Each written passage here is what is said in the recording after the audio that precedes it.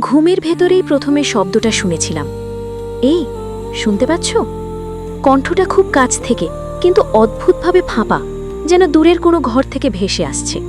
আমি ভ্রু কুঁচকে চোখ খুললাম। চোখ খুলতেই বুকের ভেতরটা হঠাৎ ধাক্কা খেল।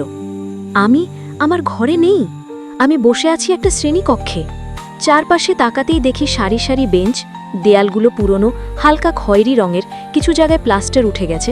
সামনে একটা ব্ল্যাকবোর্ড, তাতে সাদা চক দিয়ে কিছু গাণিতিক সমীকরণ লেখা, কিন্তু অদ্ভুতভাবে সেগুলো কেমন যেন চোখে ঠিকমতো ধরছে না। আমার পরনে স্কুল ড্রেস, হালকা নীল কামিজ, সাদা ওড়না। আমি হতবম্ব হয়ে নিজের হাতের দিকে তাকালাম। বুকের ভেতরটা কেমন ঠান্ডা হয়ে আসছে। আমি আমি এখানে কিভাবে এলাম? হঠাৎ খেয়াল করলাম পুরো ক্লাস নিস্তব্ধ, একদম অস্বাভাবিক নিস্তব্ধতা। আমি ধীরে ধীরে মাথা তুললাম, আর তখনই গা শিউরে উঠল।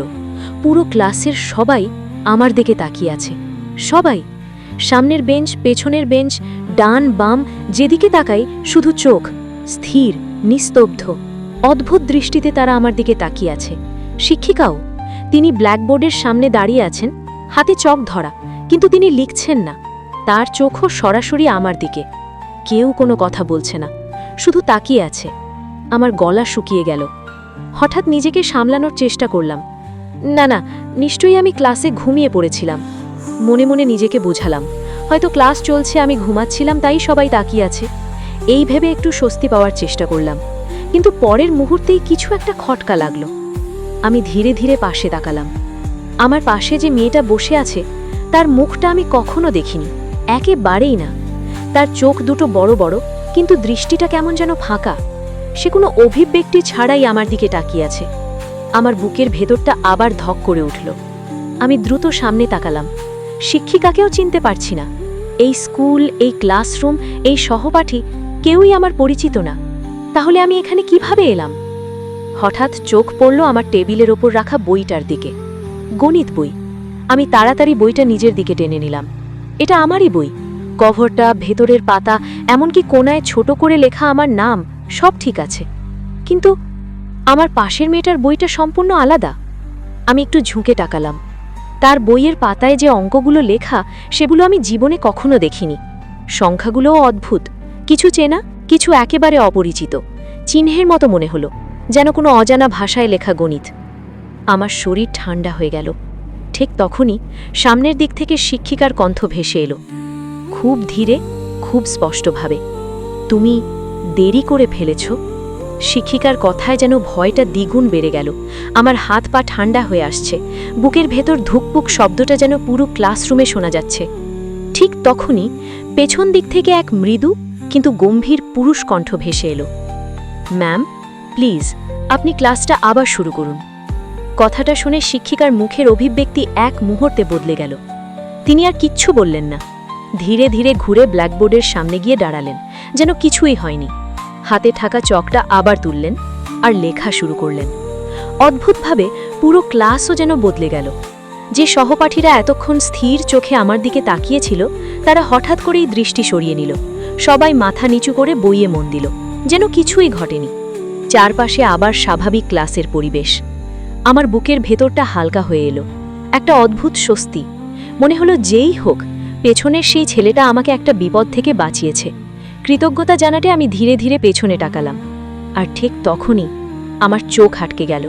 একজোড়া নীল চোখ, গাঢ়, গভীর, যেন অন্ধকারের ভেতরেও জ্বলছে। ছেলেটা সরাসরি আমার দিকেই তাকিয়েছিল। তার ঠোঁটে লেগে আছে এক অদ্ভুত মিষ্টি হাসি, কিন্তু সেই হাসিতে কেমন যেন একটা অস্বস্তি, একটা অচেনা রহস্য। এমন চাহনি, এমন মুখ আমি জীবনে কখনো দেখিনি। তবুও যেন কেন জানি মনে হচ্ছিল সে আমাকে খুব ভালো করে চেনে। আমি কথা বলতে চাইলাম, কিন্তু পারলাম না। গলা দিয়ে কোনো শব্দ বের হলো না। শরীর আবার যেন জমে গেল। ঠিক তখনই, এই আয়াত, কি হলো তোর? এভাবে পেছনে ফাঁকা বেঞ্চটার দিকে তাকিয়ে কি দেখছিস? পাশ থেকে খুব চেনা কণ্ঠে ফিসফিস করে বলল কেউ, ম্যাম দেখলে কিন্তু কান ধরে দাঁড় করিয়ে রাখবে। হালকা একটা ধাক্কা লাগতেই যেন আমি হুঁশে ফিরলাম। দ্রুত পাশের দিকে তাকালাম। তানহা, আমার একদম চেনা বান্ধবী, যেমনটা প্রতিদিন থাকে ঠিক তেমন করেই আমার পাশেই বসে আছে। আমি অবাক হয়ে চোখ কচলালাম, চারপাশে তাকালাম।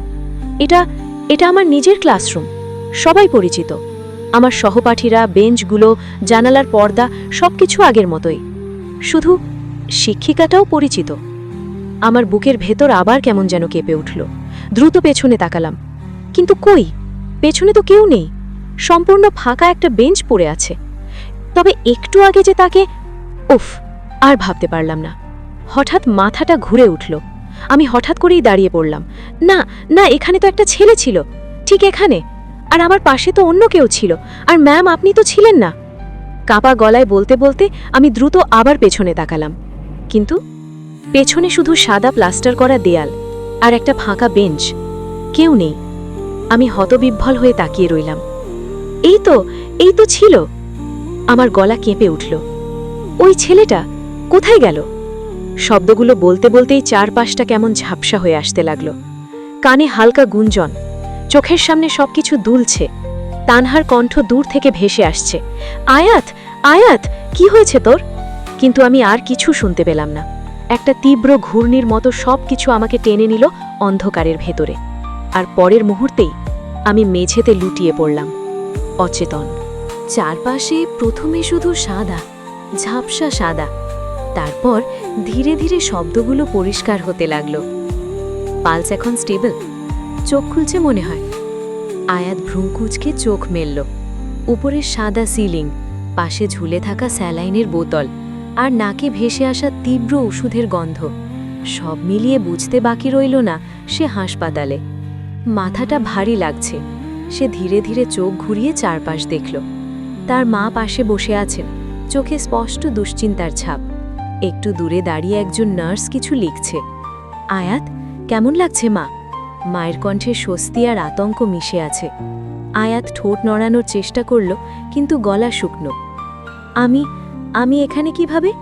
তার নিজের কণ্ঠস্বরও তার কাছে অচেনা লাগল। মা ধীরে ধীরে তার মাথায় হাত বুলিয়ে দিলেন। ক্লাসে হঠাৎ অজ্ঞান হয়ে গিয়েছিলি, তারপর তোকে এখানেই নিয়ে আসা হয়েছে। ক্লাস শব্দটা শুনতেই আয়াতের বুকের ভেতরটা কেঁপে উঠল। সেই অচেনা ক্লাসরুম, সেই স্থির দৃষ্টি, আর নীল চোখের ছেলেটা। সে চোখ বন্ধ করে ফেলল। সবে কি স্বপ্ন ছিল? নিজেকেই প্রশ্ন করল সে। কয়েক ঘন্টা পর ডাক্তার এসে দেখে গেলেন। বললেন চিন্তার কিছু নেই, হয়তো হঠাৎ লো প্রেশার বা ক্লান্তির জন্য এমনটা হয়েছে। একদিন পর্যবেক্ষণে রাখলেই ছেড়ে দেওয়া হবে। দিনটা মোটামুটি স্বাভাবিকভাবেই কাটল। আত্মীয় স্বজন এলো, খোঁজখবর নিল। তানহাও একবার এসে গেল, হাসতে হাসতে বলল, এই নাটক কম কর, ক্লাসে অজ্ঞান হয়ে সবাইকে ভয় পাইয়ে দিয়েছিস। সবকিছুই যেন খুব স্বাভাবিক, খুব বেশি স্বাভাবিক। কিন্তু তবুও কিছু একটা ঠিক নেই। আয়াত লক্ষ্য করল মাঝে মাঝে তার কানে সেই একই গুঞ্জনটা ভেসে আসে, খুব হালকা, প্রায় শোনা যায় না। আর কখনো কখনো হাসপাতালের সাদা দেয়ালগুলোও কেমন যেন ঝাপসা হয়ে ওঠে 1 সেকেন্ডের জন্য। রাত নামার সাথে সাথে অস্বস্তিটা বাড়তে লাগল। পরদিন দুপুর, ডিসচার্জ পাওয়ার কথা ছিল, কিন্তু কোনো কারণে দেরি হচ্ছে। নার্সরা বারবার বলছে আর একটু অপেক্ষা করুন। ঘরের ভেতরটা হঠাৎ করেই ভারী লাগতে শুরু করল। শ্বাস নিতে কষ্ট হচ্ছে না, কিন্তু তবুও যেন বাতাসে কিছু একটা চাপা টান। আয়াত ধীরে ধীরে বিছানা থেকে নামল। আমি একটু বাইরে যাচ্ছি বলে সে করিডরের দিকে হাঁটতে লাগল। হাসপাতালের করিডরটা তখন প্রায় ফাঁকা। 2-1জন নার্স দূরে হাঁটছে, কোথাও হালকা মেশিনের শব্দ। সে হাঁটতে হাঁটতে বারান্দার দিকে চলে এলো। তারপর সবকিছু বদলে গেল এক নিমেষে। শব্দ নেই, মানুষ নেই, আলোও যেন অন্যরকম। আয়াত থমকে দাঁড়ালো। চারপাশে তাকাতেই তার বুকের ভেতরটা জমে গেল। এটা সেই হাসপাতাল না। করিডরটা এখন পুরনো, ধূসর, দেয়ালের রং উঠে গেছে, কোথাও কোথাও কালচে দাগ, বাতাসে একটা স্যাঁতস্যাঁতে গন্ধ। পুরো জায়গাটা নিস্তব্ধ, অস্বাভাবিকভাবে নিস্তব্ধ। আমি আবার? তার গলা শুকিয়ে গেল। ঠিক তখনই সামনে একটা নড়াচড়া। আয়াত তাকালো। একটা কালো বিড়াল করিডরের একদম শেষ প্রান্তে ভাঙা বারান্দার কিনারায় দাঁড়িয়ে আছে। তার শরীরটা এমনভাবে ঝুঁকে আছে যেন যে কোনো মুহূর্তে নিচে পড়ে যাবে। বিড়ালটার চোখ দুটো অদ্ভুতভাবে চকচক করছে। আয়াতের বুকটা কেঁপে উঠল। না, পড়ে যাবে। সে অজান্তেই সামনে এড়িয়ে গেল। 1 পা, আরেক পা। তার চোখ এখন শুধু বিড়ালটার দিকে। চারপাশের কিছুই সে আর খেয়াল করছে না। কিনারাটা ভাঙা, নিচে অনেক গভীর, কিন্তু তবুও সে এগিয়ে যাচ্ছে। আর এক পা বাড়ালেই হঠাৎ আয়াত, একটা শান্ত গভীর কণ্ঠ, খুব কাছ থেকে, কিন্তু যেন চারদিক থেকে একসাথে ভেসে আসছে। আয়াত থমকে গেল, শরীরটা হঠাৎ কেঁপে উঠল। সে ধীরে ধীরে পিছনে তাকালো, আর তখনই সে তাকে দেখল। সেই নীল চোখের ছেলেটা একইভাবে দাঁড়িয়ে আছে, একই মৃদু হাসি, কিন্তু এবার যেন তার চোখে একটু অন্যরকম কিছু, শান্ত, সতর্ক, যেন তাকে ফিরিয়ে আনতে চাইছে। তার দৃষ্টি আয়াতের চোখে স্থির হয়ে আছে। এক মুহূর্তে আয়াতের যেন হুঁশ ফিরে এলো। সে নিচে তাকালো, তার পা ঠিক ভাঙা কিনারার উপর। আর 1 ইঞ্চি এগোলেই সে পড়ে যেত। এক ঝটকায় সে পিছিয়ে এলো, দম নিতে লাগলো দ্রুত, হৃৎপিণ্ড যেন বুক ফেটে বের হয়ে আসবে। আবার তাকালো সামনে, সব কিছু আগের মতো। নতুন হাসপাতাল, পরিষ্কার করিডর, মানুষজনের হালকা শব্দ, কোনো ভাঙা দেয়াল নেই, কোনো কালো বিড়াল নেই। সে তড়িঘড়ি করে পিছনে তাকালো, কেউ নেই, ছেলেটাও নেই, শুধু ফাঁকা করিডর। আয়াত কিছুক্ষণ স্থির দাঁড়িয়ে রইল, তার হাত কাঁপছে, মাথার ভেতর একটাই প্রশ্ন ঘুরপাক খাচ্ছে, এটা কি হচ্ছে আমার সাথে? সে ধীরে ধীরে দেয়ালে হেলান দিল, চোখ বন্ধ করল, কিন্তু সেই নীল চোখ, সেই মৃদু হাসি, সব কিছু এখনও স্পষ্ট। তার মনে হলো এই ঘটনাগুলো শুধু দুর্ঘটনা না, কেউ তাকে দেখছে, কেউ তাকে বারবার সেই অদ্ভুত জায়গাগুলো থেকে ফিরিয়ে আনছে। কিন্তু কেন? আর সে কে? আয়াত ধীরে ধীরে চোখ খুলল, তার দৃষ্টি করিডরের শেষ প্রান্তে স্থির হয়ে রইল। মনের ভেতর এক শীতল উপলব্ধি জমাট বাঁধতে লাগল। সে হয়তো আর শুধু নিজের পৃথিবীতে নেই, দুটো জগতের মাঝখানে কোথাও আটকে গেছে, যেখানে বাস্তব আর অবাস্তবের সীমানা ধীরে ধীরে মুছে যাচ্ছে। আর সেই অদ্ভুত নীল চোখের মানুষটা, সে কি সত্যিই তাকে বাঁচাচ্ছে, নাকি ধীরে ধীরে তাকে টেনে নিচ্ছে সেই অচেনা জগতের আরও গভীরে, যেখান থেকে ফিরে আসার পথ একবার হারিয়ে গেলে আর কোনোদিন খুঁজে পাওয়া যায় না? সেদিনের পর থেকে আয়াত নিজেকে আর আগের মতো স্বাভাবিক করতে পারছে না। হাসপাতাল থেকে বাসায় ফেরার পর সবকিছু যেন স্বাভাবিক হয়ে যাওয়ার কথা ছিল।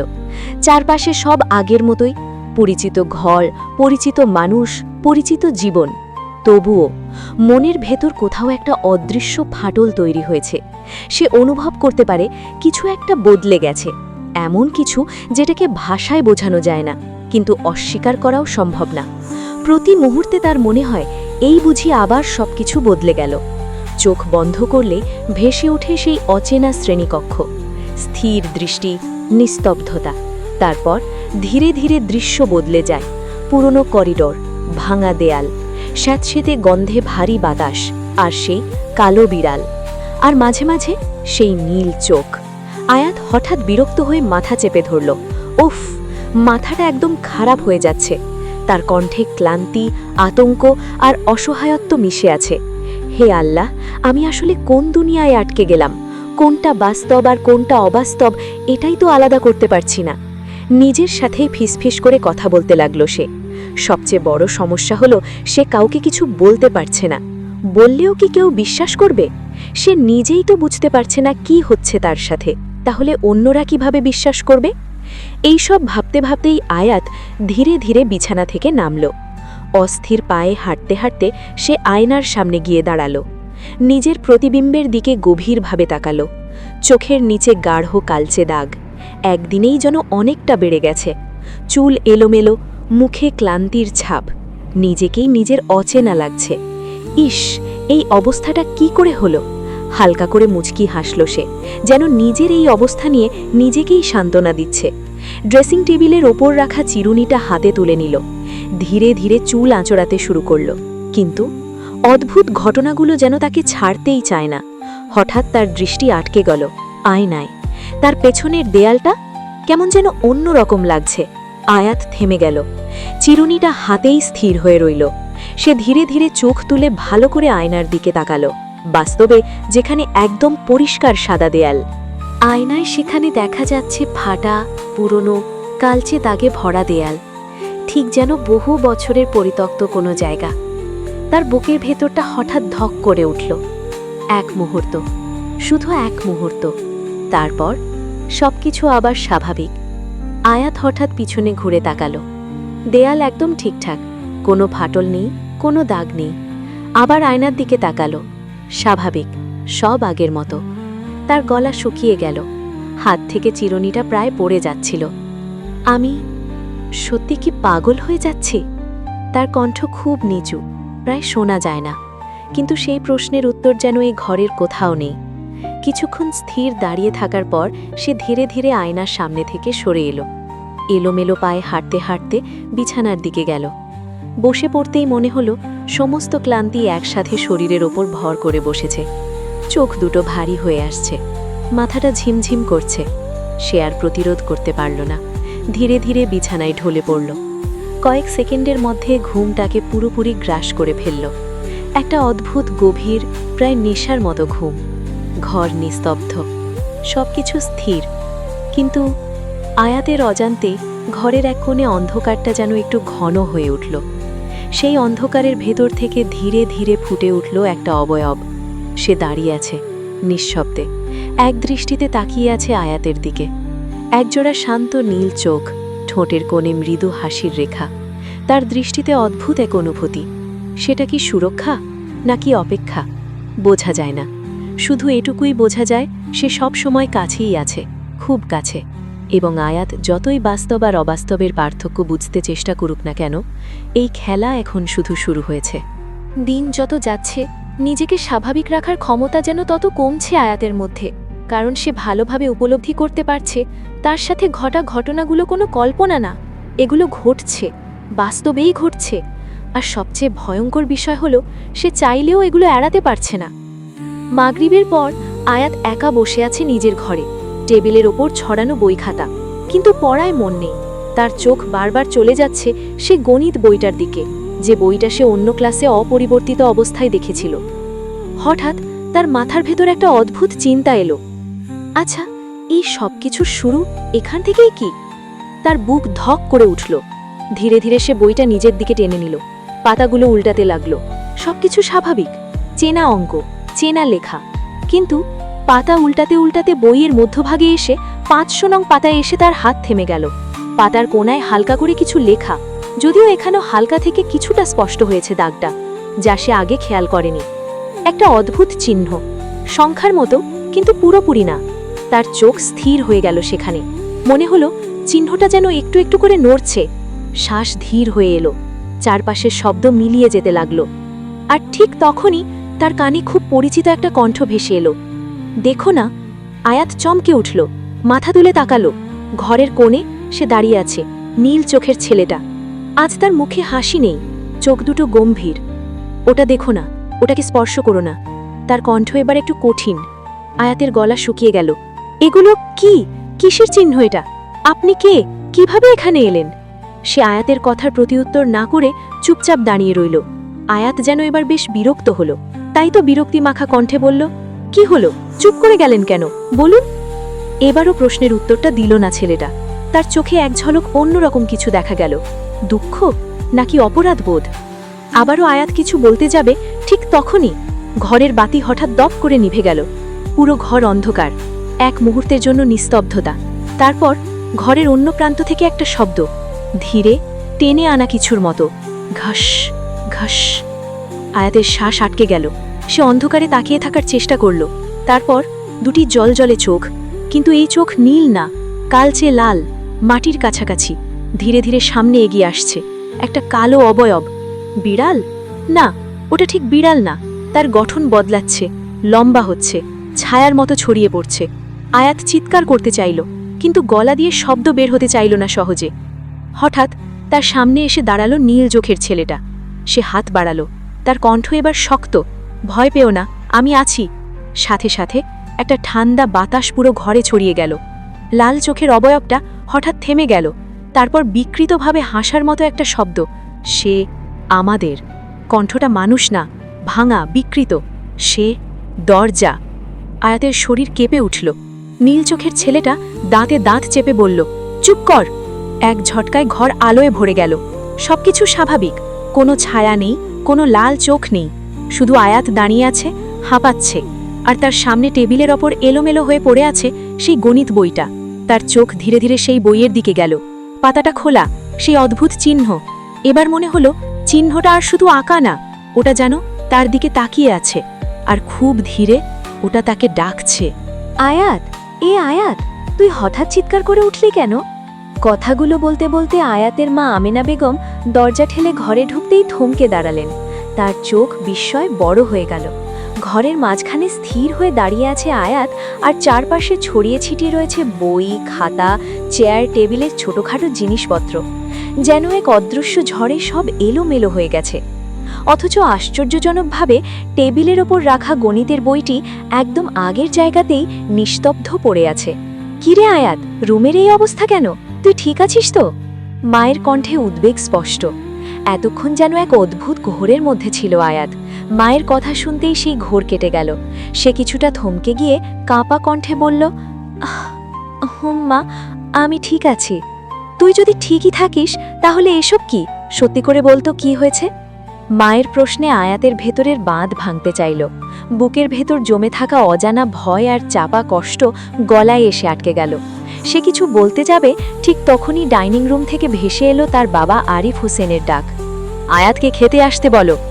আমিনা বেগম তাড়াহুড়া করে বললেন, তাড়াতাড়ি খেতে আয়, পরে কথা শুনব, বলে দ্রুত চলে গেলেন। মায়ের চলে যাওয়ার দিকে তাকিয়ে আয়াত একটা দীর্ঘশ্বাস ফেলল। মধ্যবিত্ত পরিবারের একটা অদ্ভুত নিয়ম আছে, এখানে ছেলে মেয়েরা অনেক কিছুই অনুভব করে, কিন্তু সব কথা কখনোই বলা হয়ে ওঠে না। এই কথাগুলো মনে মনে বলতে বলতে আয়াত ধীরে ধীরে রুমটা গুছিয়ে নিল। এলোমেলো চুল আঁচড়ে মুখে পানি দিয়ে নিজেকে স্বাভাবিক করার চেষ্টা করল। তারপর নীরবে ডাইনিংয়ের দিকে হাঁটল।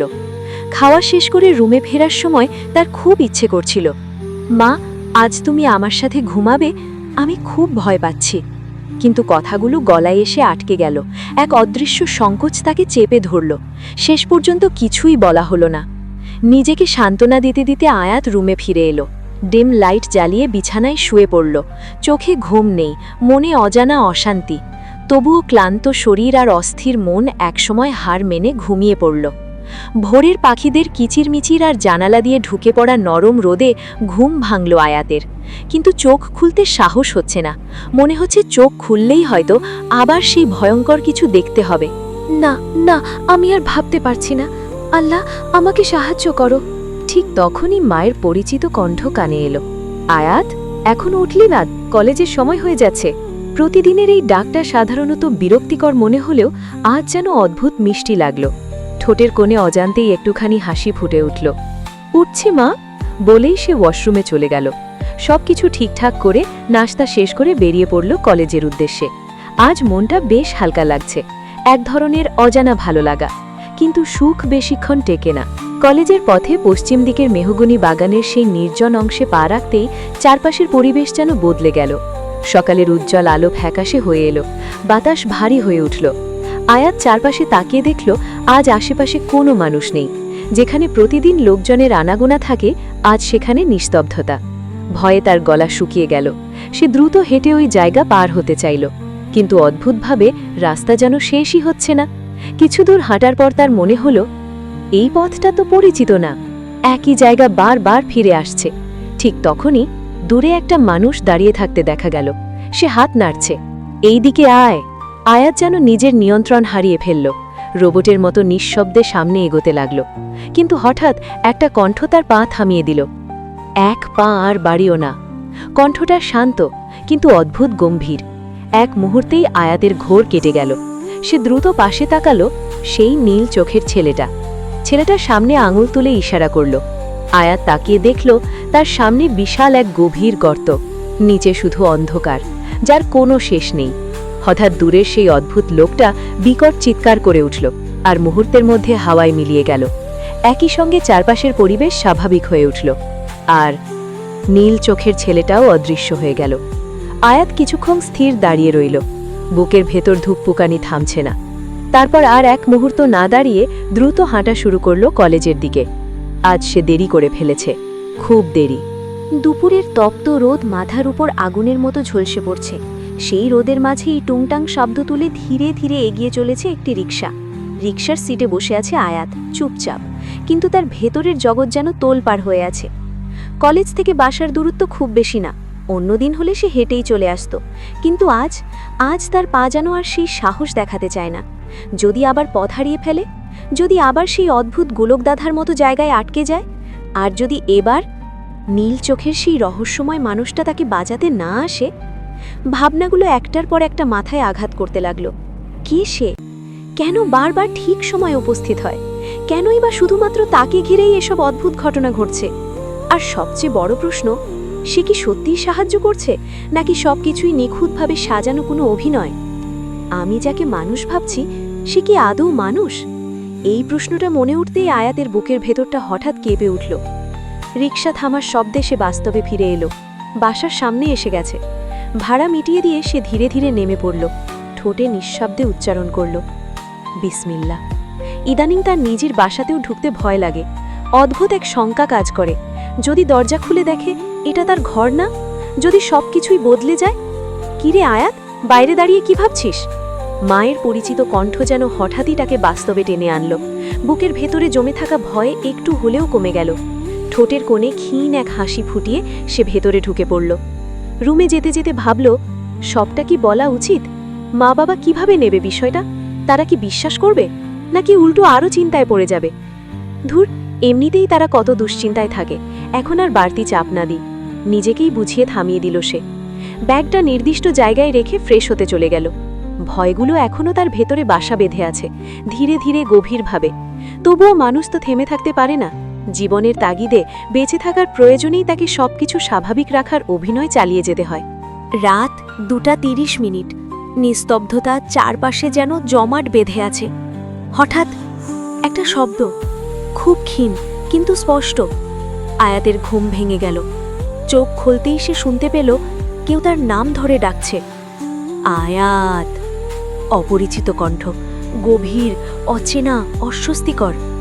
এত রাতে এমন ডাক শুনে তার শরীর জমে গেল। সকালের ঘটনার পর থেকে সবকিছু শান্ত ছিল। সে ভেবেছিল হয়তো বিপদ কেটে গেছে, কিন্তু না, এটা কেবল ঝড়ের আগের নীরবতা ছিল। হঠাৎ সে টের পেল, একটা কণ্ঠ না, অনেকগুলো, একসাথে, চারপাশ থেকে। সে তাড়াতাড়ি দুহাত দিয়ে কান চেপে ধরল, কিন্তু শব্দ থামল না, বরং আরও জোরালো হয়ে উঠল। তার বুক ধড়পড় করছে, শ্বাস ভারী হয়ে আসছে। সে চিৎকার করতে চাইল, কিন্তু গলা দিয়ে কোনো শব্দ বের হলো না, যেন কেউ তার কণ্ঠ আটকে দিয়েছে। কোন দোয়া পড়বে সেটাও মনে পড়ছে না, শুধু চোখ বেয়ে নীরবে গড়িয়ে পড়ছে অশ্রু। হঠাৎ সব কণ্ঠ একসাথে ফিসফিস করে উঠল, আমাদের দিকে তাকাও। এক অদ্ভুত টান, অজানা আকর্ষণ, নিজের ইচ্ছার বিরুদ্ধে, যেন কারো নিয়ন্ত্রণে। আয়াত চোখ খুলল, আর ঠিক তখনই তার শরীর ঠান্ডা হয়ে গেল। চারপাশে শত শত ছায়া, অস্পষ্ট, বিকৃত, অন্ধকারে গড়া অবয়ব। তারা যেন তাকে ঘিরে দাঁড়িয়ে আছে। ঠিক তখনই একটা তীব্র গর্জন শোনা গেল, চোখ নামাও। কণ্ঠটা বজ্রপাতের মতো শক্তিশালী, সেই পরিচিত কণ্ঠ। এক মুহূর্তেই আয়াত যেন নিজের চেতনা ফিরে পেল। সে চোখ, মুখ, কান চেপে ধুয়ে বিছানার কোণে সংকুচিত হয়ে বসে রইল। ওদিকে নীল চোখের সেই রহস্যময় পুরুষ। আজ তার কণ্ঠে শুধু শক্তি নয়, প্রচণ্ড ক্ষোভও মিশে আছে। তার এক গর্জনেই সব ছায়া ধীরে ধীরে পিছিয়ে যেতে লাগল।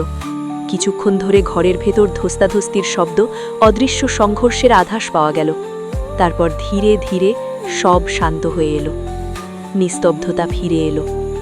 তারপর একটি ক্লান্ত কিন্তু আশ্বস্ত করা কণ্ঠ, কোনো ভয় নেই, এখন চোখ খুলতে পারো। কণ্ঠটা কানে পৌঁছতেই আয়াত আর নিজেকে সামলাতে পারল না।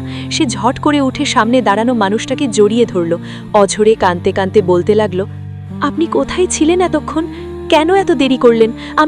আমি ভয়ে মরে যাচ্ছিলাম। আমি ভেবেছিলাম আজই হয়তো আমার শেষ। ছেলেটা হকচকিয়ে গেল। এই হঠাৎ স্পর্শ, এই নির্ভরতার আকুতি তার জন্য একেবারেই অপ্রত্যাশিত। তার বুকের ভেতর যেন কিছু একটা অদ্ভুতভাবে ওঠানামা করছে। এটা কি মানুষের মতো অনুভূতি? সে নিজেই জানে না, কিন্তু পরক্ষণেই নিজেকে সামলে নিয়ে খুব নরম স্বরে বলল, এভাবে একজন নন মাহারামকে স্পর্শ করা ঠিক না। কথাগুলো শুনেই আয়াতের হুঁশ এলো। সে তড়িঘড়ি করে দূরে সরে গেল। মুখ নিচু হয়ে গেল লজ্জায়। নিজের আচরণ মনে পড়তেই তার ভেতরটা কেমন অস্বস্তিতে ভরে উঠল। তবে নিজেকে বুঝিয়ে নিল, আমি খুব ভয় পেয়েছিলাম, আর আপনার শরীর এত গরম কেন? আয়াতের কথায় ছেলেটা মুচকি হেসে কিছুক্ষণ চুপ থেকে বলল, তুমি এখন বিশ্রাম নাও, ইনশাল্লাহ আর কোনো বিপদ হবে না, আমি আছি, আল্লাহ ভরসা। বলেই সে চলে যেতে উদ্যত হল। কিন্তু এবার আয়াত তাকে যেতে দিল না, একদম না। তার কণ্ঠে এবার ভয় নেই, নেই কোনো জড়তা, আছে জেদ, প্রশ্ন আর উত্তর জানার তীব্র আকাঙ্ক্ষা। আপনি কোথাও যেতে পারবেন না আজ। সে সামনে এগিয়ে দাঁড়িয়ে বলল, আল্লাহর দোহাই লাগে, আজ আমাকে সব সত্যি বলুন। তার কণ্ঠ কাঁপছে, কিন্তু দৃষ্টি স্থির। কে আপনি? আপনার নাম কি? কিভাবে সবসময় ঠিক সময় চলে আসেন? সে এক নিঃশ্বাসে বলে গেল, আমার সাথেই কেন এসব হচ্ছে? কেন আপনি বারবার আমাকে বাঁচাচ্ছেন? তার চোখে জল চিকচিক করছে, কিন্তু এবার কণ্ঠে দৃঢ়তা। সত্যি করে বলুন, আপনি কি আমার রক্ষক, নাকি রক্ষকের ছদ্মবেশে ভক্ষক? ঘরের বাতাস যেন হঠাৎ ভারী হয়ে উঠল। আয়াত স্থির দৃষ্টিতে তাকিয়ে আছে তার দিকে। চোখে ভয় আছে, কিন্তু তার চেয়েও বেশি জানার তীব্র আকাঙ্ক্ষা। নীল চোখের সেই রহস্যময় পুরুষ কিছুক্ষণ নীরব রইল, যেন নিজের ভেতরে কোনো যুদ্ধ লড়ছে। তারপর ধীরে, খুব ধীরে বলল, যদি আমি বলি সত্যিটা জানার পর তুমি আর আগের মতো থাকতে পারবে না? আয়াত এক মুহূর্তও দেরি করল না। আমি আগের মতো নেই। তার গলায় ক্লান্তি, ভাঙন আর জমে থাকা আতঙ্কের ভার। দয়া করে আমাকে অন্ধকারে রাখবেন না আর। ছেলেটা গভীরভাবে তার দিকে তাকালো। তার নীল চোখ দুটো যেন অদ্ভুতভাবে জ্বলজ্বল করছে, মানবীয় অথচ অমানবিক। ঠিক আছে, সে মৃদুস্বরে বলল, কিন্তু প্রতিটা উত্তরের সাথে নতুন প্রশ্ন জন্ম নেবে। প্রস্তুত তো? আয়াত ধীরে মাথা নাড়ল। ছেলেটা এক পা পেছনে সরে দাঁড়ালো। তার চারপাশের বাতাস হালকা কিপে উঠল। তারপর অবিশ্বাস্য কিছু ঘটল। তার ছায়া, মেঝেতে থাকা ছায়াটা স্বাভাবিক ছায়ার মতো স্থির থাকল না, বরং ধীরে ধীরে আলাদা হয়ে উঠতে লাগল। ছায়াটা যেন নিজস্ব আকার নিতে শুরু করল। আয়াতের নিঃশ্বাস আটকে গেল। এটা কি? তার কণ্ঠ শুকিয়ে গেল। ছেলেটার কণ্ঠ এবার গভীর। আমি মানুষ নই। এক মুহূর্ত থেমে সে বলল, আমি আরিশ, এটাই আল্লাহর নাম, কিন্তু এই নামটা শুধুমাত্র এই পৃথিবীর জন্য। আয়াত স্তব্ধ, তার মাথায় যেন কিছুই কাজ করছে না। তাহলে আপনি কি? আরিশ চোখ নামালো না। আমি জিন জাতির একজন। ঘরের নিস্তব্ধতা যেন হঠাৎ আরও ঘনীভূত হয়ে উঠল। আয়াতের ঠোঁট কাঁপছে। জিন? যদিও সে কিছুটা পূর্বেই অনুমান করতে পেরেছিল, কিন্তু এমন হঠাৎ সরাসরি আসলে মানতে কষ্ট হচ্ছে, মন চাইতেও মানতে পারছে না। তবুও তার মনে পড়ে গেল সেই ছায়াগুলো, সেই অদ্ভুত কণ্ঠগুলো, আর আজকের রাতের ভয়াবহ অভিজ্ঞতা। সব কিছু হঠাৎ করে যেন এক সুতোয় গাঁথা। তুমি যাদের দেখেছ, আরিশ ধীরে বলল, তারা সাধারণ জিন না, তারা শায়াতিন, অত্যন্ত নিম্ন স্তরের কিন্তু বিপজ্জনক সত্তা। আয়াত কাপা গলায় বলল, তারা আমার পেছনে কেন? আরিশ এবার একটু থামল। তার চোখে যেন দ্বিধা। এই প্রশ্নটাই সবচেয়ে কঠিন। আবার বলতে পারো এই জন্যে দায়ী অনেকটা আমি। সে নিচু স্বরে বলল। আয়াতের বুক ধড়ফড় করছে। মানে? অনেক বছর আগে তোমার শহরে একই কলেজে পড়তো এক ছেলে, নাম আব্দুল্লাহ। চুপচাপ, ভদ্র, আল্লাহ ভীরু এক ছেলে। তার গণিতের দিকে ছিল অদ্ভুত টান।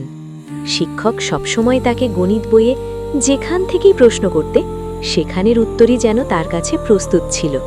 তার এমন আগ্রহ, নম্রতা, ভদ্রতার জন্য সকল শিক্ষক শিক্ষিকা আর তার সহপাঠীদের কাছে সে ভীষণ প্রিয় ছিল। কিন্তু সত্যি বলতে, এই যে একটা মানুষ কি আসলেই সকলের কাছে প্রিয় হতে পারে?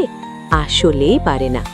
তাই তো সকল ভালো সহচরদের মধ্যে একজনের বদ নজরের শিকার হয়। সে হলো ওরই ক্লাসের ফার্স্ট বয়। অন্যদিকে ওরই আপন চাচাতো ভাই রাসেল। ও সব দিক থেকে এগিয়ে থাকতে পারলেও এই দিকে ওকে কখনো পেছাতে পারে না। এজন্য তার ভেতরে রাগ, ক্ষোভের জন্ম হয়। আর সেটা যে এত জঘন্য পর্যায়ে পৌঁছে যাবে, সেটা তুমি কল্পনাও করতে পারবে না। আরিশের কথায় আয়াত বিস্ময়ের সাথে প্রশ্ন করল, মানে? আরিশ আয়াতের দিকে তাকিয়ে একটা তুচ্ছ হাসি দিয়ে বলল, মানে হলো সে ব্ল্যাক ম্যাজিক করলো আব্দুল্লাহকে। আসলে এটা তার একার দোষ বললে ঠিক হবে না। সে অনেকটা তার বাবা মায়ের থেকে প্রভাবিত হয়ে এমন জঘন্য কাজে সামিল হয়েছে। কারণ আব্দুল্লাহ বাবা মায়ের একমাত্র সন্তান ছিল। সেই ধরুন তার যদি কিছু হয় তাহলে তো সব সম্পত্তির মালিক হবে তারা। এই জন্য ছেলে যখন তাদের কাছে এসে রাগ ক্ষোভ ঝাড়ত, সেটা তারা না বুঝিয়ে উল্টো উস্কিয়ে দিত। ভাবা যায় তোমরা মানুষের কতটা তুচ্ছ কারণকে কেন্দ্র করে অন্য এক মানুষের প্রাণ কেড়ে নিতে একবারও ভাবো না। তারা কিন্তু চাইলেই পারত পরিস্থিতি বদলাতে, কিন্তু না, তারা তাকে একদম মেরে ফেলার মতো জঘন্য জাদু করল। কথাগুলো এক নিঃশ্বাসে বলে আরিশ একটু দম নিল মনে হলো, আর ওদিকে আয়াত এতক্ষণ গভীর আগ্রহে তার কথা শ্রবণ করছিল। কিন্তু আরিশের বলার শেষের কথায় সে খুব ব্যথিত হলো। ব্যথাতুর সুরে ক্ষীণ কণ্ঠে জিজ্ঞেস করল, সত্যি ঘটনাটা খুবই কষ্টদায়ক আর জঘন্য, কিন্তু এই ঘটনার সাথে আমার বা আপনার কানেকশন কি? আরিশ টেবিলে উপর রাখা গণিত বইটা হাতে নিয়ে বলতে শুরু করলো, জাদুটা এই বইয়ের মাধ্যমেই করা হয়েছিল। যেহেতু সব সময় হাতে বই, বিশেষ করে গণিত তার সাথে থাকতো, আর সংখ্যাগুলোর সাথে তার অদ্ভুত একটা সম্পর্ক ছিল। এই সুযোগ নিয়েই রাসেল ভালো মানুষই সেজে বইটা তার থেকে নিয়ে নেয় কিছুদিনের জন্য। তখন এটার মধ্যেই কালো জাদুর সব রিচুয়াল সম্পন্ন করে, এক বিশাল শক্তিশালী জিনকে হাজির করে, আর সেই জিনটাই আমি। এতটা সময় সবকিছু স্বাভাবিক থাকলেও শেষের কথাটা শোনার যেন একটুও প্রস্তুত ছিল না আয়াত। ভয়ে মনে হলো তার শিরদাঁড়া দিয়ে ঠান্ডা শীতল স্রোত বয়ে গেল। মুহূর্তেই ভয়ে দাঁড়ানো থেকে বেডের এক কোণায় যেয়ে গুটিসুটি মেরে বসে রইল। তাকে এমন ভয় পেতে দেখে আরিশ মৃদু হেসে অত্যন্ত শান্ত কণ্ঠে বিনয়ের সাথে বলল, ভয় পেও না আমাকে, আগে পুরো ঘটনা শোনো। একটু থেমে আবার বলতে লাগলো, মূলত আমি নিজে ইচ্ছে করে আসিনি, বরং আমাকে আমার তখনই আমি যার অধীনে ছিলাম সে পাঠিয়েছেন, কারণ আমি অন্য সব সৈন্য থেকে অত্যন্ত অবাধ্য শক্তিশালী ছিলাম। আর তখন সে আমাকে পাঠিয়ে শুধু তাকে মারার জন্য নয়, বরং আরও একটি উদ্দেশ্যে, সেটা হলো অদৃশ্য আর দৃশ্যমান জগতের মধ্যে একটা যোগসূত্র মানে দরজা স্থাপন করতে, যার মাধ্যমে আমাদের অবাধ্য জিন জাতি খুব সহজেই এ দুনিয়ায় প্রবেশ করতে পারে। যদিও এখনও পারে, কিন্তু অনেক সমস্যা, আবার অনেকে বন্দীও হয়, কারণ এই পৃথিবীতে এখনও অনেক নেককার মানুষ আছে যাদের জন্য এত অন্যায় হওয়ার পরও পৃথিবীকে এখনও টিকিয়ে রেখেছেন এই আরশের মালিক মহান রব্বুল আলামিন। কি? আপনি আল্লাহ নাম নিতে পারলেন? আপনার কোনো সমস্যা হলো না? মায়া এতক্ষণ ভয় ভয় থাকলেও হঠাৎই আরিশের মুখের আল্লাহ নাম শুনে বিস্ময়ে তার চোখ দুটো বড়সড় রসগোল্লার মতো বানিয়ে অনেকটা বোকা শোকাদের মতো প্রশ্ন করল। অন্যদিকে আরিশ আয়াতের এমন প্রশ্নে তার দিকে তাকিয়ে তার সেই চিরাচরিত হাসি দিয়ে বলল, কারণ আমি সেই বাজে পথ বন্ধ করে ইসলাম গ্রহণ করে মহান রবির দিকে ফিরেছি অনেক আগেই, আর সেটা সম্ভব হয়েছিল শুধুমাত্র আব্দুল্লার জন্য। কারণ তার ক্ষতি করতে আসার পর বুঝতে পারলাম কাজটা যতটা সহজ ভেবেছিলাম আসলে ততটা সহজ নয়, কারণ সে অনেক আল্লাভীরু আর পরেজগার ছিল। আর এমন মানুষদের ক্ষতি কিন্তু শয়তান সহজে করতে পারে না, কারণ আল্লাহর ফেরেশতারা আল্লাহর হুকুমে তাদের সব সময় প্রোটেকশন দিয়ে রাখেন। যাই হোক, শত চেষ্টার পরও তার ক্ষতি করতে পারছিলাম না, কারণ সে ঘুমাতে যাওয়া থেকে শুরু করে ঘুম থেকে ওঠা পর্যন্ত সব সময় আল্লাহকে স্মরণ করে তার আর নবী সাল্লাল্লাহু আলাইহি ওয়াসাল্লামের দেখানো পথে মানে দোয়া দুরুদ পড়ে থাকত। আমি ক্ষতি করতে না পারলেও আব্দুল্লাহ কিন্তু ঠিকই বুঝতে পেরেছিল আমার উপস্থিত, তাই তো স্থানীয় হুজুরের কাছে যেয়ে সাক্ষাৎ করে তাকে সব বলে। সব শুনে বুঝে সে তাদের বাসায় এসে বাসা বন্ধ থেকে শুরু করে আব্দুল্লাহ সহ আমাকে বন্দি করে ফেলে। আমার মতো এত খারাপ শক্তিশালী জিনকে বন্দি করতে পেরে সে যেন বেশ খুশি হন, তাই তো আমাকে ভীষণ নির্যাতন করেন, কষ্ট দেন। এতদিনে আমি বুঝতে পারি আসলে কষ্ট কি জিনিস, যেটা আমি এতদিন অন্যদের দিয়ে এসেছি। জানো, আমার মধ্যে তখন একটা অদ্ভুত বিষয় কাজ করত। মনে হতো আমি যদি কখনো ছাড়া পাই তাহলে প্রতিশোধ নয়, বরং অন্যদের ক্ষতি থেকে তাদের রক্ষা করব। হয়তো এটাই আল্লাহর পক্ষ থেকে আমার হেদায়েতের একটা বার্তা ছিল, কারণ আল্লাহ যাকে ইচ্ছে হেদায়েত করেন আর যাকে ইচ্ছে হেদায়েত থেকে বঞ্চিত করেন। আর এই সবটা আল্লাহ করেছেন আমার ভাই, আমার বন্ধু আব্দুল্লাহ রসিলায়। সে আমার বন্দি দশা আর কষ্ট পেতে দেখে হুজুর আহমদুল্লাহ সাহেবকে বলেন নির্যাতন থামাতে, আর তার ভেতরে দৃঢ় ঈমান আব্দুল্লাহকে ভয় না পাইয়ে বরং আরও সাহসী করে তুলেছিল। তাই তো সেই বন্দি আমাকে বুঝিয়েছে, আল্লাহর কথা বলেছে, হালাল হারাম বুঝিয়েছে, রাতের পর রাত দোয়া করেছে আমার হেদায়েতের জন্য। একসময় আল্লাহ তার দোয়া কবুল করেন। তাই তো আমি আমার মধ্যে ধীরে ধীরে পরিবর্তন দেখা শুরু করি। আমার ভেতরের অন্ধকার কমতে লাগলো। আমি প্রথমবার সত্যিকারের অর্থে বুঝতে পারলাম, শক্তি প্রয়োগ নয়, নিয়ন্ত্রণই আসল শক্তি। এভাবেই এক জিন আরেক মানুষের মধ্যে জন্ম নেয় অদ্ভুত এক বন্ধুত্ব, পবিত্র, নিঃস্বার্থ। কিন্তু অন্যদিকে আমাকে পাঠানো অশুভ শক্তি এটা মেনে নেয়নি। সে রেগে গেল। তার সবচেয়ে শক্তিশালী সৈন্য তাকে ছেড়ে দিয়েছে, মানুষের পথে চলে গেছে। সে আব্দুল্লাহকে টার্গেট করল আরও ভালো করে। কিন্তু আব্দুল্লাহ আল্লাহ ভীরু ছিল। নামাজ, দোয়া, জিকির এসবের কারণে সে কাছে যেতে পারছিল না। তবুয়া একদিন সুযোগ পেল, একটা ছোট্ট দুর্বল মুহূর্ত। সেদিন আব্দুল্লাহ বসেছিল তার ঘরে, তার সামনে খোলা ছিল গণিতের বই। ঠিক তখনই অশুভ শক্তি তাকে আক্রমণ করল, তার মনকে দুর্বল করে দিয়ে তাকে নিয়ন্ত্রণ করে। তার হাত কাঁপতে লাগল, চোখ ফাঁকা হয়ে গেল। তার নিজের হাত দিয়েই সে বইয়ের পাতায় আঁকল এক অদ্ভুত চিহ্ন। এই একটা চিহ্ন যা দুই জগতের মাঝে দরজা খুলে দেয়। প্রক্রিয়াটা সম্পন্ন হওয়ার সাথে সাথে অশুভ শক্তির সাথে আব্দুল্লাহকে মেরে ফেলল। মারা গেল আমার ভাই, আমার প্রাণের বন্ধু। কথাগুলো বলতে বলতে আরিশ দপ করে চেয়ারে বসে পড়ল। তার চোখে স্পষ্ট আব্দুল্লাহকে হারানোর কষ্ট ফুটে উঠল। আয়াত বিষয়টা বুঝতে পেরে দ্রুত তার কাছে যেয়ে তার কাঁধে হাত রেখে সান্ত্বনা দিতে চেষ্টা করল। কিন্তু আরিশ এক ঝাটকায় দূরে সরে গিয়ে অসহায় মুখ করে আয়াতের দিকে তাকিয়ে থাকল। প্রথমে ব্যাপারটা আয়াতের কাছে অপমানজনক মনে হলেও শেষে বুঝতে পেরে আরিশের মুখের দিকে তাকিয়ে একটা মেকি হাসি দিয়ে খাটের কোনায় যে বসে প্রশ্ন করল, সবই বুঝতে পারলাম, কিন্তু আমার সাথে কেন কানেক্টেড হলো সবকিছু? আমি কিভাবে এটার ভেতর ঢুকে পড়লাম? এবার আর কোনো প্রতিক্রিয়া না দেখে সোজা বলতে লাগল, সেই বই, সেই চিহ্ন হয়ে গেল দুই জগতের সংযোগ। বর্তমান অনেক বছর পর কোনো এক অজানা এক পথে সেই বই এসে পৌঁছায় তোমার কাছে। তবে আমি যতদূর আন্দাজ করতে পারছি, সেই সময় নতুন বই স্টলে না থাকায় তাড়াহুড়োয় এই পুরনো বইটা তুমি কিনেছ। তার উপর দেখতে একদম নতুনের মতো, আর দামেও কম। আয়াত আরিশের কথায় অপরাধের মতো মাথা ঝাঁকালো শুধু। তারপর আরিশ আবার বলতে শুরু করল, এতদিন হয়তো কোনো কারণে এটা বিক্রি হয়নি, আর বিক্রি হওয়ায়ও যে কিনেছে সে বইয়ে মাঝ বরাবর 500 পৃষ্ঠার কোনায় যে অস্পষ্ট চিহ্ন রয়েছে সেটা খেয়াল বা স্পর্শ করেনি। কিন্তু তুমি ভালোভাবে যাচাই করার স্বার্থে খুব ভালো মতো প্রতিটা পৃষ্ঠা পড়েছ, আর সেই অস্পষ্ট চিহ্নকে ছুঁয়ে তাকে আবার সক্রিয় করে দিয়েছ। এই কথা শোনায় আয়াত এবার বেশ রেগে গেল। রাগে ক্ষোভে অনেকটা চিৎকার দিয়ে বলল, এত যখন জানেন এটা সক্রিয় হলে বিপদ, তাহলে আগে কেন এটাকে ধ্বংস করে দেননি? আয়াতের মুখের দিকে কিছু সময় তাকিয়ে থেকে আরিশ বলল, সেটা সম্ভব হয়নি, কারণ আমি কিছু প্রয়োজনে সেই সময় নিজের জগতে ছিলাম। আমি কিছুই জানতাম না এই জগতের, কারণ আল্লাহ জিনদের ভবিষ্যৎ দেখার ক্ষমতা দেননি। যখন আমি জানতে পারি তখন সব শেষ। কথাগুলো বলতে বলতে সে ভেঙে পড়ে, কান্না করে, নিজেকে দোষ দেয়। আমি তাকে বাঁচাতে পারলাম না, আর বইটাকে খুঁজে পেলাম না চিহ্নটা ধ্বংস করতে, কারণ বইটা শয়তানরা ততক্ষণে সেখান থেকে সরিয়ে ফেলেছে।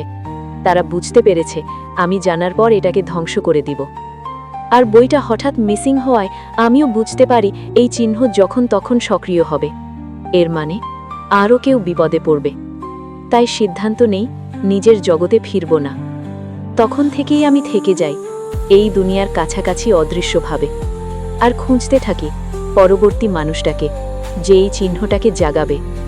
কিন্তু একটু দেরি করে ফেলি, কারণ ততক্ষণে তুমি সেই পৃষ্ঠায় চোখ রেখেছ আর স্পর্শের মাধ্যমে সক্রিয় করে ফেলেছ। কারণ আমি জিন, ভালো মন্দের মিশেলে সৃষ্টি। তাই প্রথম দেখা ঠিক সেই মুহূর্তে অনুভব করি দরজা আবার খুলেছে।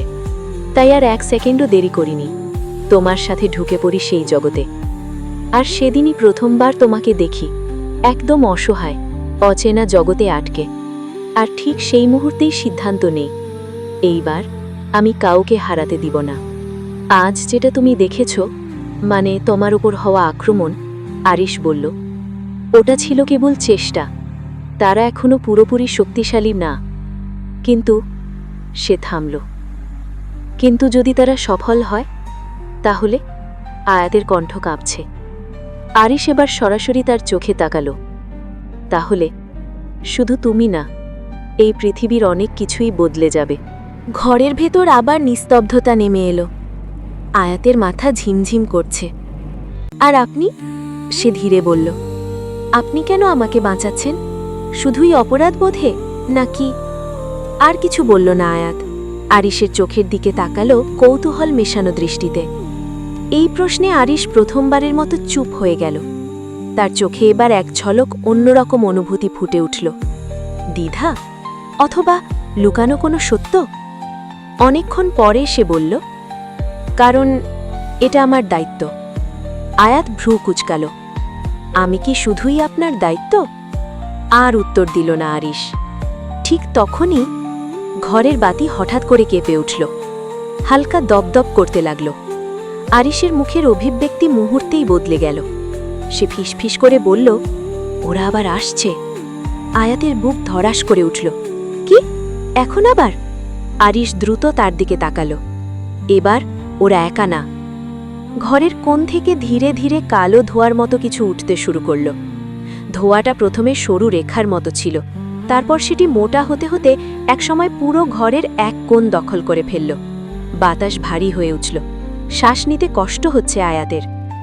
আর সেই ধোঁয়ার ভেতর থেকে ভেসে এলো এক কণ্ঠ, গভীর, ঠান্ডা, অমানবিক। অবশেষে আমরা তোমাকে খুঁজে পেয়েছি আয়াত। আয়াতের বুকের ভেতরটা হিম হয়ে গেল। সে অজান্তেই আরিশের দিকে এগিয়ে এলো। আরিশ এক ঝটকায় তার সামনে দাঁড়িয়ে পড়ল।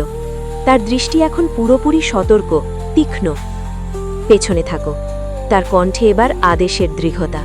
একদম আমার কাছ থেকে দূরে যাবে না। ধোঁয়াটা ঘন হয়ে একসময় একটা আকার নিতে শুরু করল। প্রথমে অস্পষ্ট, তারপর ধীরে ধীরে পরিষ্কার।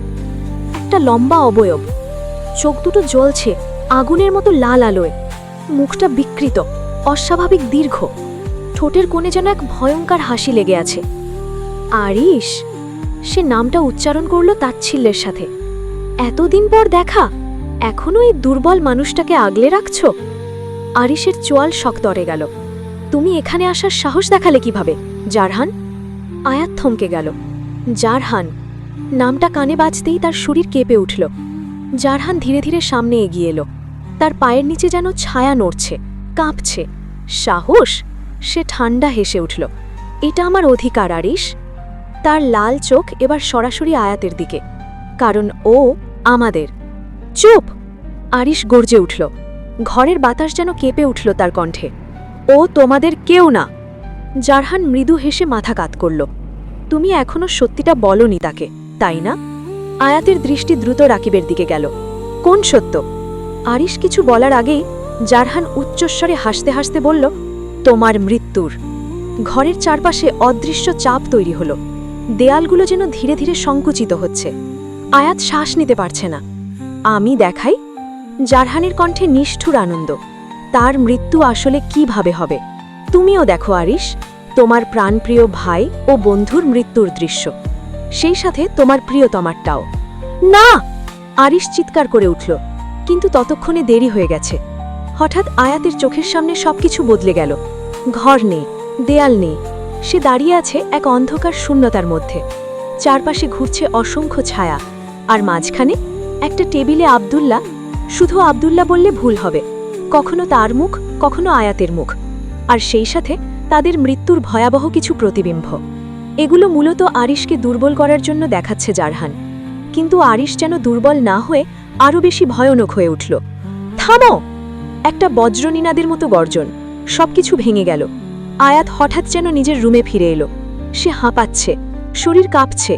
আরিশ তার সামনে দাঁড়িয়ে, কিন্তু এবার সে আগের মতো না। তার চারপাশে এক অদ্ভুত নীল আভা জ্বলছে। তার চোখের নীল রং আরও উজ্জ্বল, প্রায় দীপ্তিময়। তার হাত দুটোই যেন অদৃশ্য শক্তির তরঙ্গ ঘুরছে। তুমি সীমা ছাড়িয়ে যাচ্ছ জারহান। তার কণ্ঠে এখন আর শুধু গাম্ভীর্য না, আছে শক্তি, কর্তৃত্ব। জারহান একটু পেছনে সরে গেল। তার মুখে এবার বিরক্তি। ও, অবশেষে তুমি আসল রূপে। সে ঠান্ডা হেসে বলল, তুমি কি ভুলে গেছ তুমি কি ছিলে? এক মুহূর্তের জন্য আরিশের চোখে কিছু একটা কেঁপে উঠল। অতীতের করা পাপ। কিন্তু সে নিজেকে সামলে নিল।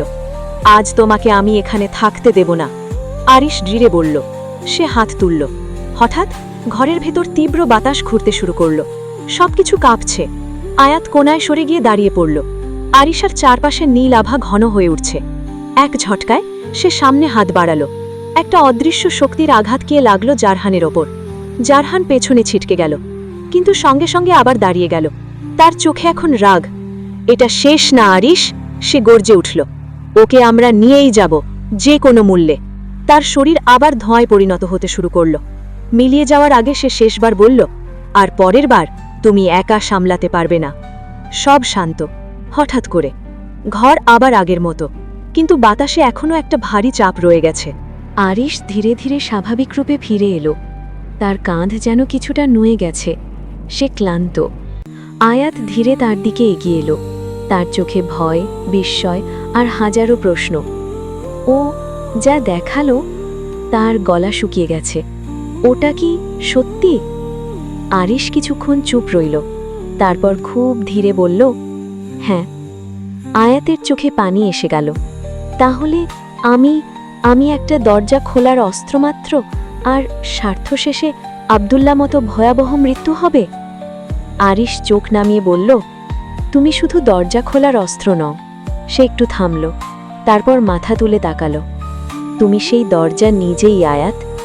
ঘরের বাতাস আবার ভারী হয়ে উঠল। আয়াত স্তব্ধ। মানে? আরিশ ধীরে বলল, তোমার ভেতরেই সেই পথ লুকানো, কারণ তোমার প্রথম ছোঁয়ায় তোমার আত্মার সাথে সেটা মিশে গিয়েছে। ফলে তোমার ভেতরেই তৈরি হয়েছে অদৃশ্য এক দরজা, যেটা খুললে দুই জগতের সীমানা ভেঙে যাবে। আয়াতের পা যেন কাঁপছে। আর যদি আমি সেটা না চাই? আরিশ এবার সরাসরি তার চোখে তাকালো। তাহলে তোমাকে লড়তে হবে। কার সাথে? আরিশের কণ্ঠ খুব নিচু। তোমার নিজের ভাগ্যের সাথে। ঠিক তখনই দরজার বাইরে কারো পায়ের শব্দ, ধীরে, ভারী। দুজনেই একসাথে দরজার দিকে তাকালো। আরিশ ফিসফিস করে বলল, এই সময় তোমাদের বাসায় কেউ জাগার কথা না। আয়াতের বুক আবার ধরফর করতে লাগল। দরজার হাতলটা ধীরে ধীরে নড়তে শুরু করল। কিঁচ কিঁচ। দরজা আস্তে আস্তে খুলে গেল, আর দরজার ফাঁক দিয়ে দাঁড়িয়ে আছে আয়াতের মা। কিন্তু তার চোখ দুটো পুরো কালো, কোনো সাদা অংশ নেই, কোনো মণি নেই, শুধুই অন্ধকার। আয়াতের শরীর ঠান্ডা হয়ে গেল। মা! তার কণ্ঠ কাঁপছে। পাশে দাঁড়িয়ে থাকা আরিশ মুহূর্তেই সতর্ক হয়ে গেল। তার দৃষ্টি তীক্ষ্ণ, শরীর টান টান। পেছনে যাও, সে নিচু স্বরে বলল। কিন্তু আয়াত নড়তে পারল না। তার সামনে তার মা দাঁড়িয়ে। কিন্তু এটা কি সত্যিই তার মা? আমেনা বেগম ধীরে ধীরে ভেতরে ঢুকলেন। তার চলাফেরা স্বাভাবিক না, যেন প্রতিটা পদক্ষেপ কেউ টেনে টেনে নিচ্ছে। তার ঠোঁট নড়ল, কিন্তু যে কণ্ঠ বের হলো সেটা তার না। তুমি পালাতে পারবে না আয়াত। কণ্ঠটা একসাথে কয়েকটা কণ্ঠের মতো শোনাচ্ছে। ভারী, বিকৃত, অচেনা। এবার আয়াত এক পা পিছিয়ে গেল। আরিশ, সে ফিসফিস করে বলল। আরিশ সামনে এগিয়ে গেল, আয়াতকে আড়াল করে। তার চোখ আবার সেই নীলাভায় জ্বলতে শুরু করেছে। ওকে ছেড়ে দাও। তার কণ্ঠ এবার ঠান্ডা কিন্তু হুমকিতে ভরা। ও নির্দোষ। অমেনা বেগম, অথবা যেটা এখন তার শরীর ব্যবহার করছে, ধীরে মাথা কাত করল। তার ঠোঁটে ভয়ঙ্কর হাসি। নির্দোষ! সে হেসে উঠল। আয়াতের বুক ধক করে উঠল। হঠাৎ আমেনা বেগমের শরীরটা কেঁপে উঠল। তার হাতগুলো অস্বাভাবিকভাবে বেঁকে গেল। আয়াত আতঙ্কে চিৎকার করে উঠল, মা! আরিশ এক ঝটকায় হাত তুলল। পিছিয়ে যাও! তার হাত থেকে নীল আভা বেরোয় অমেনা বেগমকে ঘিরে ফেলল। কিছুক্ষণ একটা অদ্ভুত টানা পড়েন। মনে হচ্ছে যেন দুই শক্তি একে অপরের সাথে লড়ছে। অমেনা বেগম হঠাৎ চিৎকার করে উঠলেন, আয়াত! এবার কণ্ঠটা তার নিজের। আমাকে বাঁচা! কথা শেষ হবার আগে আবার সেই ভয়ঙ্কর কণ্ঠ ফিরে এলো। চুপ থাকো! আয়াতের চোখ দিয়ে অঝরে পানি পড়ছে। দয়া করে আমার মাকে কিছু করবেন না। আরিশ দাঁত চেপে আছে, তার কণ্ঠে চাপা রাগ। তুমি সীমা ছাড়িয়ে যাচ্ছ জারহান। ওর শরীর ছেড়ে বের হয়ে যাও। জারহানের হাসি ভেসে এলো। না হলে কি করবে? এক মুহূর্তের নীরবতা। তারপর আরিশ ধীরে বলল, তাহলে আমাকে জোর প্রয়োগ করতে হবে। ঘরের বাতাস আবার কাঁপতে শুরু করল। আয়াত কোনায় সরে গেল, কিন্তু তার চোখ এক মুহূর্তের জন্যও তার মায়ের শরীর থেকে সরছে না। আরিশ, সে কাঁপা গলায় বলল, মায়ের কিছু হবে না তো? এই প্রশ্নে আরিশ থেমে গেল। 1 সেকেন্ড, 2 সেকেন্ড, সে উত্তর দিল না। এই নীরবতাই ছিল সবচেয়ে ভয়ঙ্কর উত্তর। আয়াতের বুক ভেঙে গেল। না না, প্লিজ, সে কাঁদতে লাগলো, উনি আমার মা। জারহান যেন এই মুহূর্তটার অপেক্ষাতেই ছিল। সে হেসে উঠল। দেখছো আরিশ, মানুষের দুর্বলতা, তাদের ভালোবাসা, তার চোখ জ্বলছে। এই কারণেই আমরা জিতি। হঠাৎ আমেনা বেগমের শরীরটা সামনে ঝাঁপিয়ে পড়ল, সোজা আয়াতের দিকে। আয়াত! আরিশ চিৎকার করে উঠল। এক মুহূর্তের সিদ্ধান্ত, এক ঝলক নীল আলো। তারপর সবকিছু থেমে গেল। আয়াত চোখ বন্ধ করে ফেলেছিল। কয়েক সেকেন্ড পর ধীরে ধীরে চোখ খুলল, আর যা দেখল তার নিঃশ্বাস আটকে গেল। আরিশ দাঁড়িয়ে আছে তার সামনে, তার হাত অমেনা বেগমের কপালে। নীল আলো জ্বলছে, আর অমেনা বেগম নিস্তেজ হয়ে তার দিকে হেলে পড়ছেন। আমি ওকে আলাদা করেছি, কিন্তু কিন্তু কি? ঠিক তখনই ঘরের এক কোণে আবার কালো ধোঁয়া জমতে শুরু করল। ধীরে ধীরে, ঘন, ভারী, শ্বাসরুদ্ধকর। আয়াতের বুক ধরপড় করছে। সে এক হাতে তার মাকে ধরে রেখেছে, অন্য হাতটা কাঁপছে। আরিশ সামনে দাঁড়িয়ে ক্লান্ত কিন্তু প্রস্তুত। তার চোখে আবার সেই নীল আগুন। ধোঁয়ার ভেতর থেকে এবার জারহান পুরোপুরি বেরিয়ে এলো। কিন্তু এবার সে আগের মতো না। তার শরীর এখন অনেক বড়, প্রায় ছাদের সাথে লেগে যাচ্ছে। চারপাশে ঘূর্ণায়মান অন্ধকার শক্তি। তার পিঠ থেকে ছায়ার মতো ডানা বের হয়েছে, ভাঙা, ছিন্ন, বিকৃত। চোখ দুটো আগুনের গোলার মতো জ্বলছে। এবার তার কণ্ঠ পুরো ঘর কাঁপিয়ে দিল। খেলা শেষ। আয়াতের পা কাঁপছে। আরিশ, ওটা কি? আরিশ ধীরে বলল, ও শুধু সাধারণ জিন না। তার দৃষ্টি শক্ত হয়ে উঠল। ও ইফরিত, সবচেয়ে শক্তিশালী আর ধ্বংসাত্মক জাতের একটাই পড়ে। আয়াতের মাথা ঘুরে উঠল। জারহান হেসে উঠল। তার চোখ এবার তীক্ষ্ণ হয়ে উঠল। আরিশ, তুমি কি বলনি তোমার পুরো সত্য? এক মুহূর্ত নীরবতা। এরপর আয়াতের দৃষ্টি ধীরে ধীরে আরিশের দিকে গেল। আপনি কি আরও কিছু লুকোচ্ছেন আরিশ? আরিশ চোখ বন্ধ করল। একটা দীর্ঘশ্বাস। তারপর আরিশ ধীরে চোখ খুলল। তার চোখের নীল রং এবার আরও গভীর, আরও তীব্র। সত্য হলো, আমি সাধারণ জিন নই। আমিও একসময় ওদেরই একজন ছিলাম। ঘরের বাতাস জমে গেল। মানে? আয়াত ফিসফিস করল। জারহান হেসে উঠল। বলেছিলাম না, ও ছিল আমার মতোই আমাদের কাছের একজন শিকারী। আরিশ নিচু স্বরে বলল, আমি স্বীকার করছি, আমি অতীতে মানুষের ক্ষতি করেছি। তার কণ্ঠ ভারী হয়ে উঠল। অনেক ক্ষতি, কিন্তু সে মাথা তুলল। আমি বদলেছি। জারহান হঠাৎ গর্জে উঠল। মিথ্যা! ঘর কেঁপে উঠল। তুমি পালিয়েছ আরিশ, নিজের প্রকৃতি থেকে পালিয়েছ। তার চোখ জ্বলছে। আর আজ আমি তোমাকে ফিরিয়ে নিয়ে যাব। হঠাৎ জারহান হাত তুলল। এক ঝটকায় অন্ধকার শক্তির ঢেউ ছুটে এলো। আরিশ সামনে দাঁড়িয়ে সেটাকে ঠেকাল। নীল আর কালো শক্তির সংঘর্ষে পুরো ঘর কেঁপে উঠল। আয়াত মাকে আঁকড়ে ধরে আছে, তার চোখে আতঙ্ক। কিন্তু এবার আর কিছু, একটা অদ্ভুত অনুভূতি। তার মাথার ভেতর হঠাৎ শব্দ শুরু হলো, ফিসফিস। কিন্তু আগের মতো ভয়ঙ্কর না, বরং ডাকছে, জাগো, সময় হয়েছে, তুমি পারবে। আয়াত চোখ বন্ধ করল। তার শরীর কাঁপছে। না না, আমি পারবো না। জারহান হাসল। দেখছ, ও জেগে উঠছে। আরিশ চিৎকার করে উঠল, আয়াত, ওদের কথা শুনো না। কিন্তু দেরি হয়ে গেছে। হঠাৎ আয়াতের চারপাশে বাতাস কেঁপে উঠল। তার চুলগুলো হালকা ভেসে উঠল। তার শরীর থেকে হালকা আলো বের হতে শুরু করল। প্রথমে ক্ষীণ, তারপর উজ্জ্বল। সে ধীরে চোখ খুলল। তার চোখ স্বাভাবিক না, তার চোখে এখন হালকা সোনালি আভা। জারহান থেমে গেল। তার চোখে প্রথমবারের মতো বিস্ময়। অসম্ভব! আরিশ স্তব্ধ। না, এত তাড়াতাড়ি না। আয়াত ধীরে দাঁড়িয়ে উঠল। তার কণ্ঠ আগের মতো না, গভীর, প্রতিধ্বনিময়। আরিশ ওর দিকে এগিয়ে আসতেই আয়াত অত্যন্ত রুক্ষ স্বরে বলল, তুমি আমাকে স্পর্শ করবে না। হঠাৎ তার হাত নিজে থেকেই উঠল। এক ঝলক আলো ছুটে গেল। জারহান সরাসরি আঘাত পেল। সে কয়েক ধাপ পেছনে ছিটকে গেল। তার শরীর কেঁপে উঠল। না, এটা অসম্ভব। আয়াত নিজেই অবাক। আমি এটা করলাম? আরিশ তার দিকে তাকিয়ে আছে, তার চোখে বিস্ময় আর ভয়। আয়াত, আরিশ ধীরে বলল, তুমি শুধু দরজা না। সে থামল। তার কণ্ঠ ভারী হয়ে উঠল। তোমার ভেতর সেই শক্তি আছে যেটা দরজাকে নিয়ন্ত্রণ করতে পারে। ঘরের বাতাস আবার থমকে গেল। জারহান ধীরে উঠে দাঁড়ালো, তার মুখে এবার ভয়ঙ্কর হাসি। তাহলে খেলা তো অন্যভাবে শুরু হলো। সে ধীরে পেছাতে লাগলো, তার শরীর আবার ধোঁয়ায় মিলিয়ে যেতে লাগলো। আমি আবার আসব, আর পরের বার। তার চোখ জ্বলল।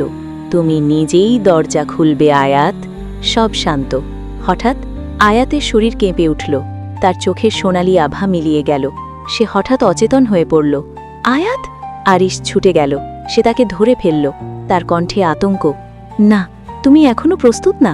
বিছানায় শুইয়ে দিয়ে সে গভীরভাবে তার দিকে তাকিয়ে রইল। তার চোখে এবার শুধু একটাই ভয়, ওরা এখন আর থামবে না। ঠিক তখনই জানালার বাইরে কেউ দাঁড়িয়ে অন্ধকারে দেখছে। দুটো চোখ জ্বলছে, কিন্তু সেটা লাল না, সেটা সোনালি। রাতের সেই ভয়ঙ্কর ঘটনার পর সবকিছু যেন আবার স্বাভাবিক, কিন্তু আয়াতের ভেতরে আর কিছুই স্বাভাবিক নেই। ভোরবেলা জানালা দিয়ে হালকা রোদ ঢুকছে। আয়াত ধীরে ধীরে চোখ খুলল, মাথা ভারী, শরীর দুর্বল। কিছুক্ষণ সে বুঝতেই পারল না সে কোথায়। তারপর হঠাৎ সব মনে পড়ে গেল। জারহান, ছায়াগুলো, নিজের সেই অদ্ভুত শক্তি। আমি ওটা কিভাবে করলাম? কারণ ওটা তোমার ভেতরেই ছিল। কণ্ঠটা শান্ত, পরিচিত। আয়াত দ্রুত উঠে বসে সামনে তাকালো। আরিশ দাঁড়িয়ে আছে। আজ তার চোখে কোনো আভা নেই, একদম সাধারণ, অথচ অদ্ভুত গভীর। আপনি এখনো আছেন? আয়াতের কণ্ঠে স্বস্তি। আরিশ একটু থেমে বলল, আমি থাকব যতদিন প্রয়োজন। এই প্রয়োজন শব্দটা আয়াতের মনে কেমন একটা খচখচে অনুভূতি তৈরি করল। হঠাৎ আয়াতের চোখ গিয়ে পড়ল টেবিলের উপর রাখা সেই গণিত বইয়ের দিকে। বইটা খোলা, পাতাটা হালকা দুলছে, যেন কেউ একটু আগে স্পর্শ করেছে। আয়াত ধীরে ধীরে এগিয়ে গেল। বইয়ের পৃষ্ঠায় চোখ পড়তেই তার নিঃশ্বাস আটকে গেল। পাতার মাঝখানে আরও একটা অদ্ভুত চিহ্ন তৈরি হয়েছে। আগে কখনো দেখেনি, কিন্তু অদ্ভুতভাবে পরিচিত মনে হচ্ছে। চিহ্নটা দেখতে যেন অর্ধেক বৃত্ত, তার ভেতরে জটিল রেখা, আর মাঝখানে একটা বিন্দু, যেন কোনো সমীকরণ, কিন্তু কোনো ভাষায় না। এটা, আয়াত কাঁপা গলায় বলল, এটার আগে ছিল না। আরিশ ধীরে তার পাশে এসে দাঁড়ালো। চিহ্নটার দিকে তাকিয়ে তার চোখ কঠিন হয়ে উঠল। এটাই শুরু। শুরু? কিন্তু আগেরটা? আয়াত তাকালো। এই চিহ্নটাই সেই দরজার সূত্র, আর আগেরটা তো প্রথম পর্যায়ের দরজা সৃষ্টির ধাপ। আরিশ বলল, এটা সাধারণ গণিত না, এটা দুই জগতের সংযোগের কোড। আয়াত স্তব্ধ। মানে, আমার বইতে এইসব কেন? আরিশ কিছুক্ষণ চুপ রইল, তারপর বলল, কারণ তুমি এটা এঁকেছিলে। আয়াতের বুক ধক করে উঠল। আমি? ঠিক তখনই হঠাৎ তার মাথায় ঝলক দিয়ে উঠল কিছু দৃশ্য। কিছুদিন আগে সে উপরের চিহ্নটা দেখে টেবিলে বসে আঁকছে। একই চিহ্ন, বারবার আঁকার চেষ্টা করছে, কিন্তু সেটা বিকৃত হয়ে এমন হয়ে যাচ্ছে। কিন্তু তখন সে ঘুণাক্ষরেও বুঝতে পারেনি। না, এটা সম্ভব না। সে মাথা চেপে ধরল। ঠিক তখনই জানালার বাইরে হালকা শব্দ। দুজনেই তাকালো। জানালার পাশে একটা ছায়া ধীরে ধীরে স্পষ্ট হল। একজন মানুষ? না, পুরোপুরি মানুষ না। তার চোখ সোনালি। সে হালকা হেসে বলল, অবশেষে তুমি পুরোপুরি জেগে উঠেছ। আয়াত কেঁপে উঠল। আপনি কে? সে জানালার ভেতরেই ঢুকে পড়ল। কোনো বাধা নেই। আমি তোমার শত্রু না, সে বলল, বরং তোমার মতোই। তুমি যেমন এ জগতে দিক দিয়ে দরজা খুলতে সাহায্য করছো, আর আমি সেই জগতের দিকে। কিন্তু সত্যি বলতে আমিও চাই না এটা খুলুক। আরিশ সামনে এসে দাঁড়ালো। থামো নিহার। আয়াত অবাক। নিহার? সোনালি চোখের ছেলেটা মুচকি হাসল। হ্যাঁ, আমি নিহার। সে আয়াতের দিকে তাকালো। তুমি যেমন দরজা, আমি তেমন চাবি। ঘরের বাতাস আবার ভারী হয়ে উঠল। আরিশ নিচু স্বরে বলল, ওর উপর ভরসা করো না। নিহার হেসে বলল, আর তুমি কি খুব ভরসার? দুজনের মধ্যে অদৃশ্য উত্তেজনা। আয়াত মাঝখানে দাঁড়িয়ে। একদিকে আরিশ, যে তাকে বাঁচায়, অন্যদিকে নিহার, যে বলে সে তার মতো। তার মাথা ঘুরছে, কিন্তু ভেতরে কোথাও সে বুঝতে পারছে তার জীবন আর আগের মতো থাকবে না। রাত নামল, সব শান্ত। আয়াত একা বসে আছে, হাতে সেই গণিত বই, চিহ্নটার দিকে তাকিয়ে।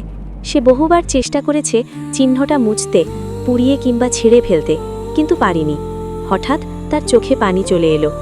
আমি কি স্বাভাবিক জীবন আর পাবো না? পেছন থেকে আরিশের কণ্ঠ, খুব নরম। সবাই স্বাভাবিক জীবন পায় না আয়াত। আয়াত ঘুরে তাকালো। আর আমরা? সে ধীরে জিজ্ঞেস করল। প্রশ্নটা সহজ, কিন্তু তার ভেতর লুকিয়ে আছে অনেক কিছু। আরিশ কিছুক্ষণ চুপ রইল, তারপর খুব ধীরে বলল, আমাদের পথ আলাদা। আয়াতের বুকটা কেঁপে উঠল, কিন্তু সে কষ্টে হাসল। আপনি তো সবসময় থাকবেন বলেছিলেন। আরিশ তাকিয়ে রইল, তার চোখে অদ্ভুত কষ্ট। থাকা আর কাছে থাকা এক জিনিস না আয়াত। নিস্তব্ধতা। দুজনেই কিছু বলল না, কিন্তু দুজনেই বুঝে গেল এই পথের শেষে একসাথে থাকা নেই। তবুও ভালোবাসা থেমে থাকে না। পরবর্তী কয়েকদিন আয়াতের জীবন আরও বদল এলো। দিনে সে আগের মতোই কলেজে যায়, পরিবারের সাথে স্বাভাবিক থাকার চেষ্টা করে। আর রাতে শুরু হয় তার অন্য এক জগৎ। নিজের শক্তি নিয়ন্ত্রণ করে সেই দরজাটা চিরতরে বন্ধ করার চেষ্টা। মৃদু আলো, টেবিলের ওপর খোলা সেই গণিত বই, আর সামনে দাঁড়িয়ে আরিশ। মনোযোগ দাও, আরিশ বলল। শক্তি ব্যবহার করার আগে তাকে বুঝতে হয়। আয়াত চোখ বন্ধ করল, তার হাত ধীরে সামনে উঠল। আমি কিছুই অনুভব করছি না, সে বিরক্ত হয়ে বলল। আরিশ এগিয়ে এলো। অনুভব করার চেষ্টা করো না, শুনো। কি শুনব? নিজেকে। নিস্তব্ধতা। ধীরে ধীরে আয়াত অনুভব করতে শুরু করল তার ভেতরে কিছু আছে, একটা প্রবাহ, একটা আলো, একটা শক্তি যা সবসময় ছিল, কিন্তু সে কখনো খেয়াল করেনি। হঠাৎ তার আঙ্গুলের ডগায় হালকা সোনালি আলো জ্বলে উঠল। আমি পারছি। আয়াত বিস্ময় চোখ খুলল। আরিশের ঠোঁটে মৃদু হাসি ফুটল। তুমি সবসময় বাড়তে। এই ছোট ছোট মুহূর্তগুলো ধীরে ধীরে বদলে দিতে লাগলো সবকিছু। কখনো আয়াত ভুল করে শক্তি নিয়ন্ত্রণ করতে না পেরে হোঁচট খায়, আরিশ তাকে ধরে ফেলে। কখনো সে ভয় পায়, আরিশ শুধু বলে, আমি আছি। এই আমি আছি শব্দটা অদ্ভুতভাবে শান্তি দেয়। এক রাতে ট্রেনিং শেষে আয়াত ক্লান্ত হয়ে বসে আছে। হঠাৎ বলল, আমার যদি সব কিছুই স্বাভাবিক থাকত। আরিশ চুপ। আমি হয়তো এখন শুধু পড়াশোনা নিয়ে ভাবতাম, বন্ধু বান্ধব, ভবিষ্যৎ। আয়াত হালকা হাসল। এইসব না। তুমি কি এটা চাইতে? আরিশ ধীরে জিজ্ঞেস করল। আয়াত কিছুক্ষণ ভেবে বলল, জানি না। তারপর সে তাকালো সোজা আরিশের চোখে। আপনি থাকতেন? প্রশ্নটা সরল, কিন্তু উত্তরটা জটিল। আরিশ চোখ নামিয়ে নিল। না। সে খুব ধীরে বলল। আয়াতের বুকের ভেতরটা হালকা কেঁপে উঠল। তাহলে? সে মৃদু হাসার চেষ্টা করে বলল, তাহলে হয়তো এই জীবনটাই ঠিক আছে। নীরবতা। দুজনেই বুঝতে পারছে কিছু একটা বদলাচ্ছে, কিন্তু কেউ বলছে না। ঠিক তখনই জানালার পাশে দাঁড়িয়ে আছে নিহার। ট্রেনিং কেমন চলছে? তার ঠোঁটে হালকা হাসি। আয়াত বিরক্ত। তুমি হঠাৎ হঠাৎ এভাবে আসো কেন? নেহার কাঁধ ঝাঁকালো। কারণ সময় কম। আরিশ কড়া স্বরে বলল, কি বলতে চাও? নিহারের চোখ এবার সিরিয়াস। জারহান অপেক্ষা করছে না। ঘরের বাতাস ভারী হয়ে উঠল। সে প্রস্তুতি নিচ্ছে। নিহার বলল, পরের আক্রমণ শেষ আক্রমণ হবে। আয়াতের গলা শুকিয়ে গেল। শেষ মানে? নেহার ধীরে বলল, হয় দরজা খুলবে, না হয় চিরতরে বন্ধ হবে। নিস্তব্ধতা। আর যদি বন্ধ করি? আয়াত জিজ্ঞেস করল। নেহার তাকালো। তাহলে তাহলে এই শক্তি হারাবে। আয়াত থেমে গেল। আর নেহার এবার আরিশের দিকে তাকালো। তোমাদের পথও আলাদা হয়ে যাবে। শব্দগুলো বাতাসে ঝুলে রইল। আয়াত ধীরে বসে পড়ল। তার মাথা নিচু। মানে? তার গলা কাঁপছে। সব শেষ হয়ে যাবে? আরিশ কিছু বলল না। এই নীরবতাই উত্তর। রাত গভীর হল। আয়াত একা, হাতে সেই গণিত বই, চোখে জল। সে আঙুল দিয়ে সেই রহস্যময় চিহ্নটা ছুঁয়ে দিল। যদি আমি এটা বন্ধ করি? তার কণ্ঠ ভেঙে গেল। তাহলে আপনি আর আসবেন না, তাই তো? পেছন থেকে আরিশের কণ্ঠ, খুব নরম, খুব কষ্ট ভরা। হ্যাঁ। আয়াত চোখ বন্ধ করল। তার চোখ বেয়ে অশ্রু গড়িয়ে পড়ল। তাহলে? সে ফিসফিস করে পড়ল, আমি এটা না করি, আপনি থেকে যান আমার কাছে সব সময়ের মতো। আরিশ ধীরে বলল, এটা সম্ভব নয়, কারণ এতে যেমন তুমি ক্ষতিগ্রস্ত হবে, তেমনি তোমাদের গোটা এই জগৎটাও। আয়াত ধীরে মাথা নাড়ল। কিছু ভালোবাসা? কথাটুকু বলে আরিশ কষ্টে হাসল। পাওয়া না, ছেড়ে দেওয়ার মধ্যেই পূর্ণতা পায়। ঘরের বাতাস থমকে গেল। দুজনে দুজনের দিকে তাকিয়ে রইল। তে আরিশের চোখে সেই প্রথমবার অসহায়তা। আয়াত, তার যে অনেক কিছু বলার আছে, কিন্তু সে যে কিছু বলতে পারছে না, কারণ সে জানে এই গল্পের শেষ একসাথে না। রাত গভীর হওয়ার সাথে সাথে চারপাশে অস্বাভাবিক নীরবতা। আকাশে চাল আছে, কিন্তু আলোটা যেন ফ্যাকাশে। আজকের রাতটাই সব কিছুর শেষ। আয়াত বসে আছে মেঝেতে, সামনে খোলা সেই গণিত বই। পাতার মাঝখানে জলজল করছে সেই রহস্যময় চিহ্ন। আজ চিহ্নটা স্থির না, ধীরে ধীরে নড়ছে, যেন জীবন্ত। ঘরের একপাশে দাঁড়িয়ে আছে আরিশ, চুপচাপ, নির্বাক। সব প্রস্তুত? নিহারের কণ্ঠ।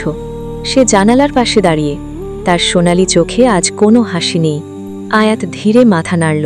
মনে রেখো, নিহার বলল, একবার শুরু করলে ফিরে আসার সুযোগ থাকবে না। নিস্তব্ধতা। আয়াত ধীরে বলল, আমি জানি। তারপর সে একবার তাকালো আরিশের দিকে, এই দৃষ্টি শেষবারের মতো। আরিশ এগিয়ে এলো, ধীরে, সতর্কভাবে, যেন এই মুহূর্তটা ভেঙে না যায়। আয়াত, তার কণ্ঠ ভারী, সবকিছুতে সতর্ক থেকো, তোমার ভালো থাকা আমার জন্য গুরুত্বপূর্ণ। আয়াত মৃদু হাসল, চোখে জল চিকচিক করছে। আমি না করি এসব, তাহলেই তো আপনি থেকে যাবেন আমার হয়ে। একটা দীর্ঘ নীরবতা। এটা উচিত নয়, কারণ মহান রব তোমার আর আমার মধ্যে একটা সীমারেখা টেনেছেন, হয়তো আমাদের ভালোর জন্যেই। এই কথায় আয়াতের বুকটা কেঁপে উঠল। সে ধীরে বলল, কিন্তু আমার যে সব কিছুর ঊর্ধ্বে যে আপনার সান্নিধ্য পেতে খুব ইচ্ছে করছে, মনে চাচ্ছে খুব বেশি স্বার্থপর হতে। আরিশ। এই প্রথম আয়াত তার নাম উচ্চারণ করেছে। আয়াতের মুখে নিজের নাম শুনে বুকের ভেতরটা সম্ভব রকমের নাড়া দিয়ে উঠল। তবু আরিশ চুপ থেকে শান্ত কণ্ঠে বলল, এই দরজা খোলা থাকলে শুধু তুমি না, অনেক কিছু ধ্বংস হবে। তার কণ্ঠ শক্ত হলো, আমি সেটা হতে দেব না, আর তোমার ক্ষতি তো একটুও না। এবার তাদের থামিয়ে নিহার ধীরে বলল, সময় হয়েছে। ঘরের বাতাস ভারী হয়ে উঠল। আয়াত চোখ বন্ধ করল, তার দুই হাত সেই চিহ্নের উপর রাখল। হঠাৎ চিহ্নটা জ্বলে উঠল, সোনালি আলো। পুরো ঘর আলোকিত হয়ে গেল। বাতাস কাঁপছে, দেয়াল কাঁপছে। হঠাৎ ঘরের মাঝখানে ফেটে গেল অদৃশ্য কিছু, একটা অন্ধকার ফাঁক, গভীর, অন্তহীন দরজা। সেই দরজা যার কথা এতদিন বলা হচ্ছিল, তার ভেতর থেকে শোনা যাচ্ছে হাজারো কণ্ঠ, ছায়া, চিৎকার। না! জারহানের গর্জন। অন্ধকার থেকে তার বিশাল অবরব দেখা গেল। তুমি এটা বন্ধ করতে পারো না, সে চিৎকার করছে। তুমি আমাদের। আয়াত চোখ খুলল, তার চোখে এখন সেই সোনালি আলো। না, সে ধীরে বলল, আমি আল্লাহর বান্দি। এক ঝলক আলো ছড়িয়ে পড়ল। জারহান এগিয়ে আসতে চাইল, কিন্তু পারল না। আরের সামনে দাঁড়িয়ে গেল। এমনিতেই সে ইফরিতদের উচ্চ স্তরের আর অনেক বেশি শক্তিশালী। তার ওপর সে সত্যের পথে চলে আসায় শুভ শক্তি অর্জন করেছে। এই দুই মিলে যেন সে অনেক বেশি শক্তিশালী হয়ে গিয়েছে।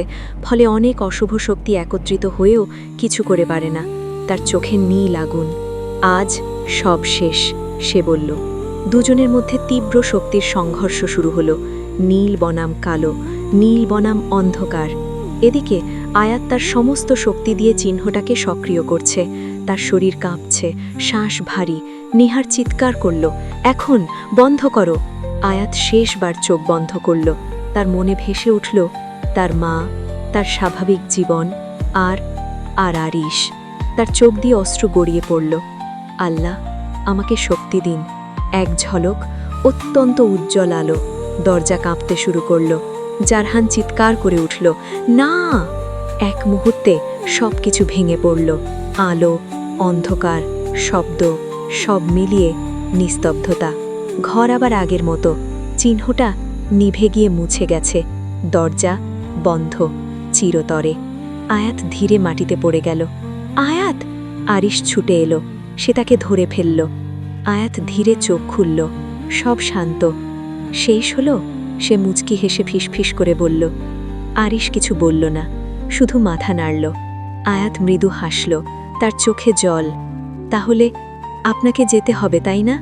এই প্রশ্নে আরিশের চোখ কেঁপে উঠল। সে কিছু বলল না, কারণ উত্তরটা স্পষ্ট। ধীরে ধীরে তার শরীর থেকে সেই নীল আভা কমতে শুরু করল। সে থেমে গেল। আমি থাকলে এই ভারসাম্য নষ্ট হবে। আয়াত চোখ বন্ধ করল। একটা অশ্রু গড়িয়ে পড়ল। আমি জানতাম জানেন, আপনাকে খুব জড়িয়ে ধরতে ইচ্ছে করছে। নিস্তব্ধতা। শেষবারের মতো আরিশ তার দিকে তাকালো। অসহায়ত্ব ফুটে উঠেছে তার চোখ মুখে। তারও যে খুব বেশি ইচ্ছে করছে আয়াতের কাছে থাকতে সারা জীবনের জন্য। তবুও শান্ত থেকে মৃদুস্বরে উচ্চার করল, আয়াত। সে কিছু বলতে চাইল, কিন্তু কিছু কথা বলা যায় না, শুধু অনুভব করা যায়। আয়াত ধীরে বলল, কিছু ভালোবাসা দূরত্বেই হালাল থাকে, তাই তো? আরিশের চোখে সেই প্রথমবার জল চিকচিক করল। ধীরে ধীরে তার শরীর হালকা হয়ে উঠল, আলোতে মিলিয়ে যেতে লাগল। শেষ মুহূর্তে সে বলল, তুমি সবসময় আমার দোয়ায় থাকবে, আমার হৃদয়ের গভীরে। আর কিছু না। সে চলে গেল চিরতরে। ঘর নিস্তব্ধ, আয়াত একা, কিন্তু তার চোখে এখন ভয় নেই, শুধু আছে পানির স্রোত। তবুও মনের এক কোণে আলাদা শান্তি। কয়েক মাস পর আয়াত আবার তার স্বাভাবিক জীবনে ফিরে এসেছে, কলেজ, পরিবার, সব কিছু। কিন্তু মাঝে মাঝে রাতে আকাশের দিকে তাকিয়ে থাকে, চুপচাপ। একদিন সে সেই পুরনো গণিত বইটা খুলল। সব পাতা স্বাভাবিক, কোনো চিহ্ন নেই, কিন্তু শেষ পাতায় ছোট করে লেখা, তুমি আছো আমার হৃদয়ে। আয়াত থমকে গেল, তার ঠোঁটে হালকা হাসি ফুটল, চোখে জল। সে ধীরে বলল, আমি জানি। আকাশ ভরা চাঁদের আলো, বাতাসে হালকা শীতলতা। তার চোখ ভিজে।